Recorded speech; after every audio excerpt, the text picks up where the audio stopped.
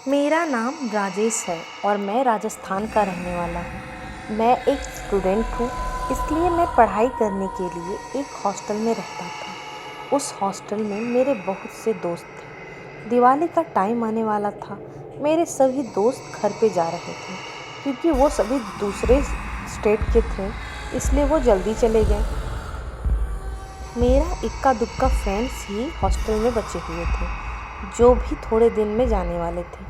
मेरा घर चूँकि शहर के पास ही एक गांव में था और मैं बीमार भी पड़ गया था पहले, जिस कारण से मेरी बहुत सी स्टडी भी बर्बाद हो गई थी। तो मैंने सोचा कि हॉस्टल में ही रहूं और अपनी छूटी हुई स्टडी को कब पूरा कर सकूं।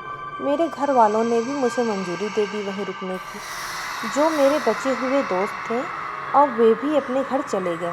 हॉस्टल में बचा तो मैं और मेरा वार्डन। दिवाली की रात आने वाली थी तो मेरा वार्डन भी मुझे चाबी देके अपने घर चला गया। अब हॉस्टल में केवल मैं ही बच गया था। मैं अपनी पढ़ाई करके सोने चला गया। रात के करीब 2 बजे मेरी नींद खुली। मुझे किसी के फुसफुसाने की आवाज़ सुनाई दी, पर हॉस्टल में तो मेरे सिवा कोई नहीं था, तो ये आवाज़ किसकी थी? मैं बहुत डर गया कि एक तो इस सुनसान हॉस्टल में मेरे अलावा कोई भी नहीं, और ऊपर से आती हुई यह आवाज़ मेरे शरीर में कपकपी उठ गई और मैं कांपने लगा।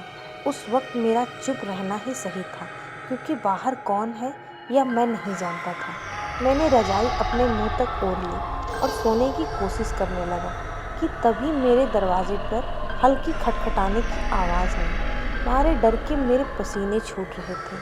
आवाज़ थोड़ी देर तक हुई, फिर घोर चुप्पी छा गई। घोर सन्नाटा हो गया पूरे हॉस्टल में। पर उस समय मुझसे पूछो कि डर क्या होता है। रात अभी बाकी थी। मैं खुद को मन ही मन यह बोल रहा था कि और रुको, यहाँ घर चले जाते तो क्या बिगड़ जाता। नहीं, पर साहब को तो पढ़ाई करनी है, बड़े आइंस्टीन बनेंगे। अब भुगतो। यही सोच रहा था कि एकदम से माहौल में फिर से वही डर छा गया। मेरे कमरे के बाहर किसी के चलने की आवाज़ें आ रही थी। थोड़ी देर बाद आवाज़ बंद हो गई कि तभी दरवाजे को ज़ोर ज़ोर से उसने पीटा। थोड़ी देर बाद उसने मेरा नाम पुकारा, राजेश। बस यही काफ़ी था एक हार्ट अटैक के लिए। उसको मेरा नाम कैसे पता चला? वो बोला, बाहर तो आओ, दरवाज़ा खोलो, मुझे अंदर नहीं बुलाओगे? यह आवाज़ किसी इंसान की तो नहीं हो सकती थी। बहुत ही डरावनी आवाज़ थी। मैंने दरवाज़ा नहीं खोला। अब वो चिल्ला के बोला, दरवाज़ा खोल, नहीं तो राजेश, दरवाज़ा खोल। वो अब बहुत गुस्से में था। मैं मन ही मन हनुमान चालीसा पढ़ने लगा। मैं रात भर नहीं सोया, हनुमान चालीसा का पाठ करता रहा। दरवाजे पर खुरचने की आवाज़ें आती रहीं। जैसे तैसे करके मैंने रात काट ली। सुबह तक मैं हनुमान चालीसा का पाठ करता रहा। सूर्योदय हो गया था। मैं हिम्मत करके बाहर निकला। वहाँ कोई नहीं था, पर दरवाजे पर नाखूनों के निशान थे। मैं बस यही सोचता रहा कि अगर मैं बाहर चला जाता तो मेरे साथ क्या होता। मैंने अपने वार्डन को फ़ोन लगाया। कुछ समय बाद वार्डन हॉस्टल में आया। मैंने उसको चाबी दी और कहा, मैं अपने घर जा रहा हूँ।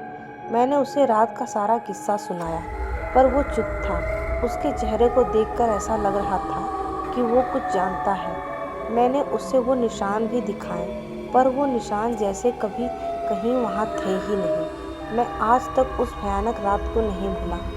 मैंने उस हॉस्टल को छोड़ दिया, बच पाया क्योंकि मेरे साथ वीर हनुमान जी थे।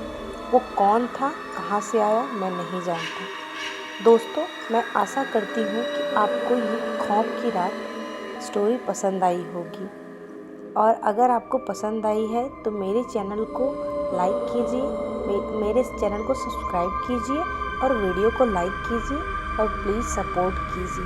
Thank you.